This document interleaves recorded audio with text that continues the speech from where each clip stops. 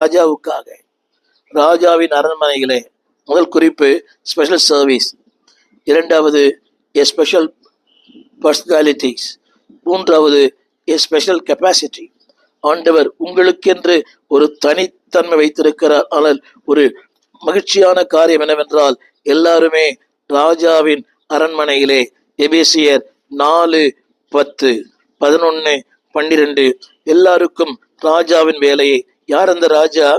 கவனிங்கள், உன்னதத்திற்கு ஏறினவர். இரண்டாவது 11ஆம் வசனம், எபேசியர் 4:11. கவனிங்கள், உங்களை என்னையும் அவருடைய பூரண புருஷராக்கும்படியாக. 13ஆம் வசனம், 12. கவனிங்கள், எல்லாம் தெரிந்த வசனம் தான் இது. ஒரே வேலை அல்ல, வித்தியாசமான வேலை.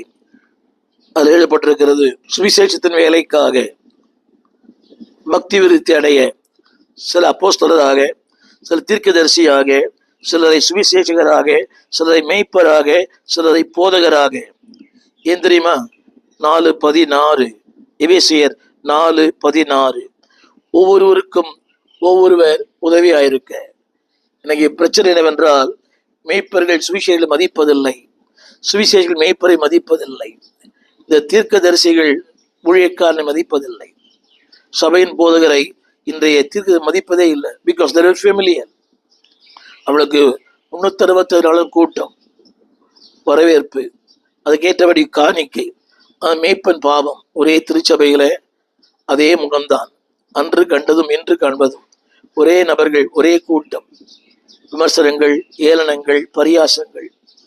இன்றைக்கு திருச்சபை மக்களே அநேகர் திருச்சபையின் போதகரை மதிப்பதில்லை, மேய்ப்பரை மதிப்பதில்லை.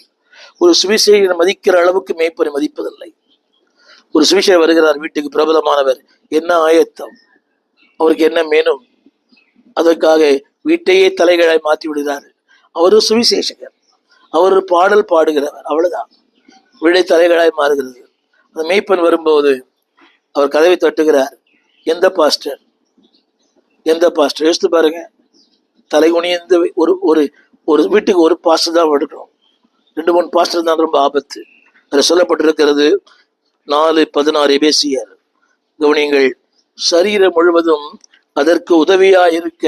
கவனிங்கள், எந்த ஊழியம் பண்ணாலும் it is helping the ministry, it is helping the body of Christ. நிறைய பேருக்கு புரியல.